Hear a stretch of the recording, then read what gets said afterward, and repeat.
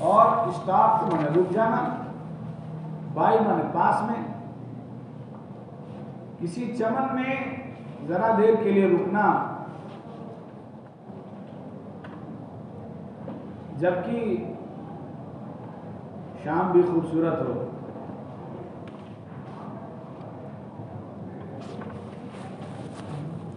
انسان کو اللہ تعالیٰ نے کچھ ذمہ داریاں دی ہیں، اور انسان کو کچھ ذمہ داریاں یہاں روئے زمین پر ملی ہیں۔ ان ذمہ داریوں کی ادائیگی ہی انسانیت کی تکمیل ہے۔ ان ذمہ داریوں کی ادائیگی ہی انسانیت کی تکمیل ہے۔ اگر انسان ادا نہیں کرتا ہے، دیکھ لو یہ دروازہ کھلا رہے گا، ایسے آتے جاتے ہیں، وہ انسان بنا رہے، یہ اس کی انسانیت کی معراج ہے۔ انسان سے قطعاً یہ مطلوب نہیں کہ وہ فرشتہ ہو جائے، اور قطعاً یہ مطلوب نہیں ہے کہ وہ انسان نہ رہے، کوئی دوسری مخلوق بن جائے، حیوان بن جائے، بلکہ حیوان اور فرشتے کے بیچ کی ایک متوازن راہ جو پیدا کر لے جاتا ہے، وہی انسانیت کی معراج قائم کرتا ہے، وہ انسانیت کی معراج کو پہنچتا ہے۔ متوازن زندگی، بیلنسڈ لائف، سمجھ رہے ہیں؟ قطعاً یہ کہا نہیں گیا کہ آپ مکمل صوفی ہو جائیں اور ہیلمٹ ہو جائیں، ایک زاہد بن جائیں، دنیا کو چھوڑ دیں اور جا کے کسی غیر غار میں بیٹھ جائیں جا کے، سمجھ رہے ہیں؟ یہ قطعاً مطلوب نہیں ہے، بلکہ مطلوب کیا ہے کہ مطلوب یہ ہے کہ ہاتھ ہے اللہ کا، بندے مومن کا ہاتھ، ہر دو جہاں سے بنی بندے مولا صفات، سمجھ رہے ہیں؟ یہ مطلوب ہے کہ آپ بندہ رہیں لیکن مولا صفات رہیں۔ ڈیوائن پاورز آپ کو دی گئی ہیں، آپ کو خدائی طاقتیں دی گئی ہیں۔ خدائی طاقت کا مطلب تسخیر کی طاقت آپ کو دی گئی ہے، آپ کو مغلوب کرنے کی طاقت دی گئی ہے، آپ کو فتح کرنے کی طاقت دی گئی ہے، آپ کو کامیابیاں اور کامرانیاں آسمان کی بلندیوں سے نوچ لینے کی اور زبردستی گھسیٹ لینے کی آپ کو طاقت دی گئی ہے۔ آپ کو جو طاقت دی گئی ہے، آپ کو اللہ اور رسول کی ترجمانی کی طاقت دی گئی ہے۔ آپ بغیر کسی زمین کے، بغیر کسی منصب کے، بغیر کسی عہدے کے اور طاقت کے بھی آپ بہت بڑی زمینوں کے مالک ہیں، اگر آپ نے اپنے آپ کو سمجھ لیا، اپنی ویل پاور کو سمجھ لیا، اپنی ویل پاور کو اگر آپ نے سمجھ لیا۔ تو یہ نظم جو ہے اسی کے بارے میں ہے کہ دنیا جو ہے انسان کے لیے ایک آزمائش کی چیز بنائی گئی ہے کہ اس کو اس کی ذمہ داریوں سے غافل کر دے، اسی لیے اس کو مزین کیا اللہ تعالیٰ نے، ہر طرح کے حسن سے مزین کر دیا ہے، ہر طرح کے حسن سے مزین کر دیا ہے، اسی لیے تاکہ انسان دیکھیں، سمجھ رہے ہیں، کہ ادھر جاتا ہے یا ادھر آتا ہے، ادھر جاتا ہے دیکھیں یا ادھر پروانہ آتا ہے۔ اور پھر دوسری بات یہ ہے کہ شمع تیری عمر طبیعی ہے، ایک رات ہنس کر گزار یا اسے رو کر گزار دے۔ زندگی جو اتنی مختصر واقع ہوئی ہے، اس کو اسی طرح سے مزین کیا گیا ہے کہ انسان ذمہ داریوں کو ادا کرتا ہے یا بھول جاتا ہے، کیونکہ انسان کو درد دل ہی کے واسطے پیدا کیا گیا۔ دل بیانی کے لیے اپنی ذمہ داریوں کو نہ بھولیے، ذمہ داریوں کو نہ بھولیے۔ معلوم ہو ساری ذمہ داریاں چھوڑ کے آپ ٹہلنے نکل گئے، آپ گھومنے نکل گئے۔ اصل میں الفاظ بہت سمپل ہیں، لیکن اس کا مطلب، اس کا معنی اور اس میں جو معانی پنہا ہے وہ بہت عظیم ہیں، بڑے ہیں۔ اس لیے میں نے جو ہے چند باتیں آپ کی سماعتوں کے حوالے کیا ہے، اور آپ کو جو ہے یہ بتانے کی کوشش کی ہے کہ بٹوین دی لائنز کیا چیزیں ہیں۔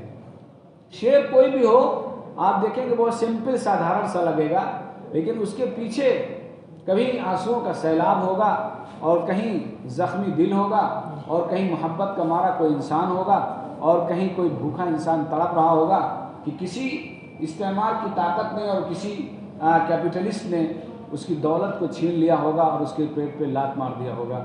اشعار کو کبھی آپ دیکھیں گے غور سے اور اس کو سمجھنے کی کوشش کریں گے تو اس کی تہوں میں آپ کو بہت زیادہ شاعر کا درد چھپا ہوا معلوم ہوگا۔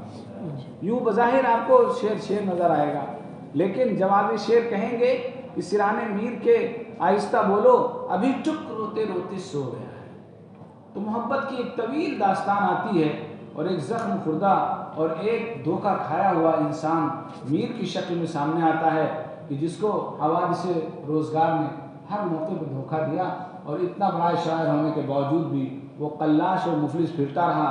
دلی سے لکھنؤ آیا اور لکھنؤ میں بھی کسی نے نہیں پہچانا، تو یوں بھی ماں نے سوال کر لیا مجھے، تو اس نے کہا کہ کیا بود و باش پوچھے ہو پورب کے ساکنوں، ہم کو غریب جان کے ہنس ہنس پکار کے، دلی جو ایک شہر تھا عالم میں روزگار، ہم رہنے والے ہیں اسی اجڑے دیوار پہ۔ بہرحال والد علی شان ہے، ان کو کچھ وظیفہ دیا تو یہاں پہ رکھ دیا، ایک گھر میں گھر دے دیا اور یہاں پہ رہے، لیکن شعراء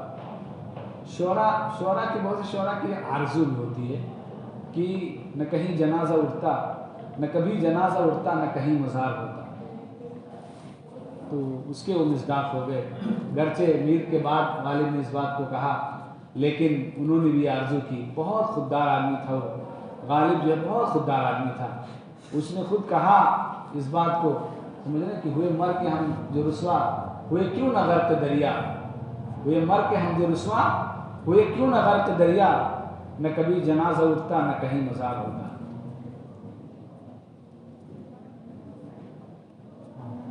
سمجھ رہے نا؟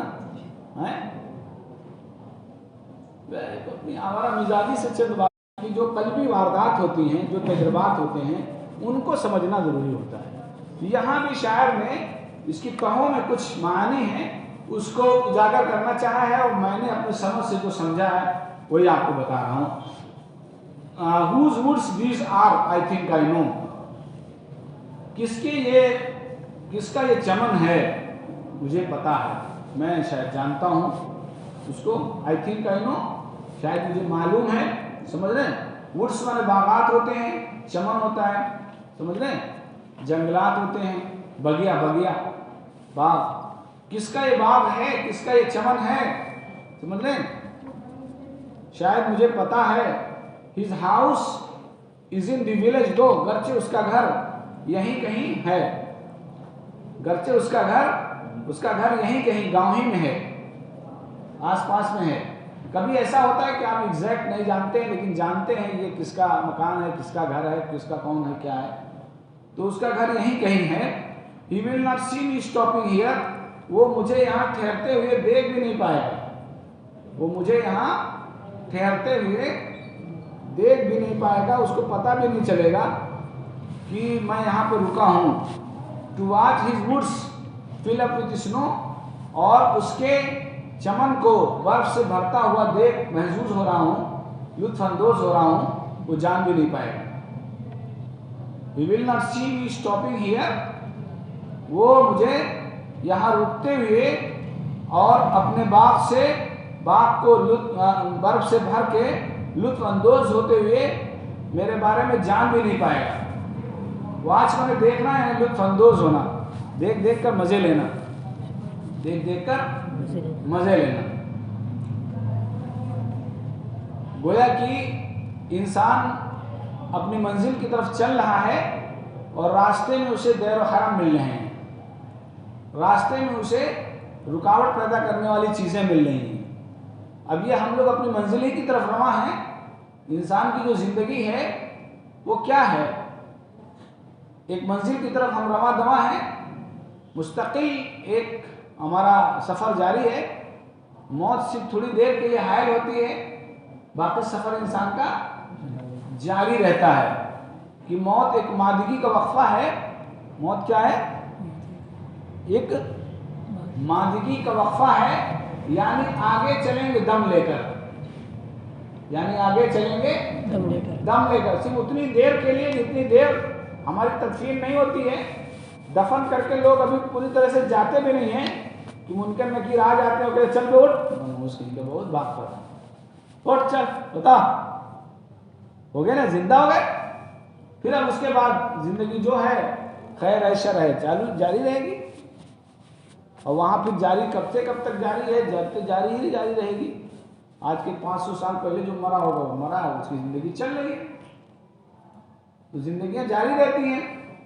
تو بہرحال یہ زندگی کے جاری رہنے کا ایک تسلسل ہے.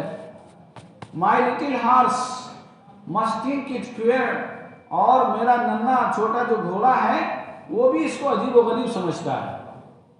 ہمارا جو ننھا چھوٹا سا گھوڑا ہے، چھوٹا quark minus strange, quark minus strange, وہ بھی اس کو اسٹرینج ماننا ہے. وہ بھی اس کو کیا مانتا ہے؟ عجیب جانتا ہے اس کو. To stop without a farm house near, کہ میں کیوں یہاں ٹھہر گیا جبکہ اگل بگل کوئی فارم ہاؤس نہیں ہے. فارم ہاؤس جو کھیتوں میں بنا دیتے ہیں نا، جنگلات میں فارم وغیرہ کو دیکھنے کے لیے، تو وہاں لوگ لطف اندوز ہونے کے لیے جاتے ہیں اور وہاں رہتے ہیں، تھوڑا ٹھہرتے ہیں اور نیچر کا لطف لیتے ہیں. تو کہہ رہے جبکہ کوئی فارم ہاؤس آس پاس نہیں ہے، وہ میرے یہاں رکنے کو عجیب سمجھ رہا ہے کہ کیوں رک گئے صاحب. Between the woods and frozen lake, باغات اور جمی ہوئی جھیل کے درمیان، سال کی سب سے تاریک شام کو، سال کی تاریک ترین شام کو، جمی ہوئی جھیل اور باغات کے درمیان، جبکہ کوئی اگل بگل فارم ہاؤس بھی نہیں ہے، میرے رکنے کو میرا گھوڑا بھی عجیب گردان رہا ہے.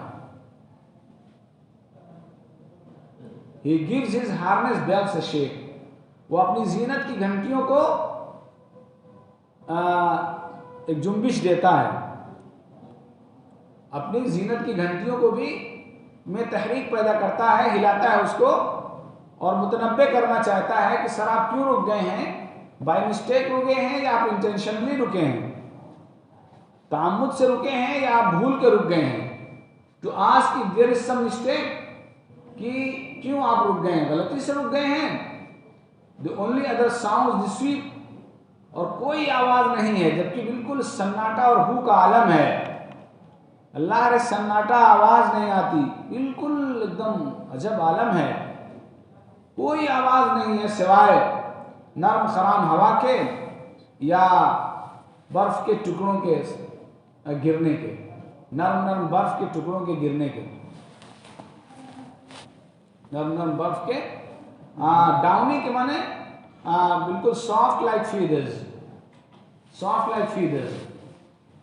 اور فلیک مانے پیسز آف اسنو، فلیک مانے پیسز آف اسنو، یعنی ہلکی جو برف باری ہو رہی ہے اس کی سرسراہٹ کی آواز ہے، یا تو جو دھیرے دھیرے ہوا چل رہی ہے، نرم خرام ہوا ہے، اس کی آواز ہے.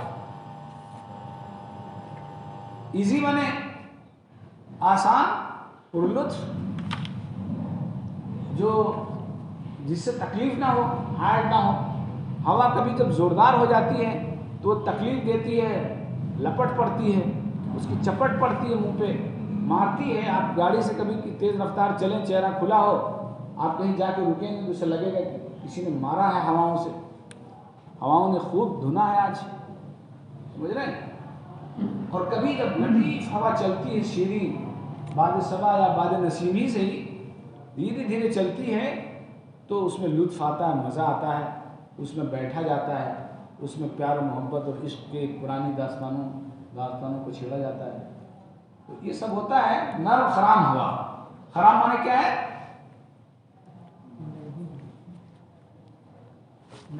دھیرے دھیرے، خرام دھیرے دھیرے. ارے مول صاحب کچھ ادب سے چاشنی پیدا کر لو، زندگی کا لطف آ جائے گا.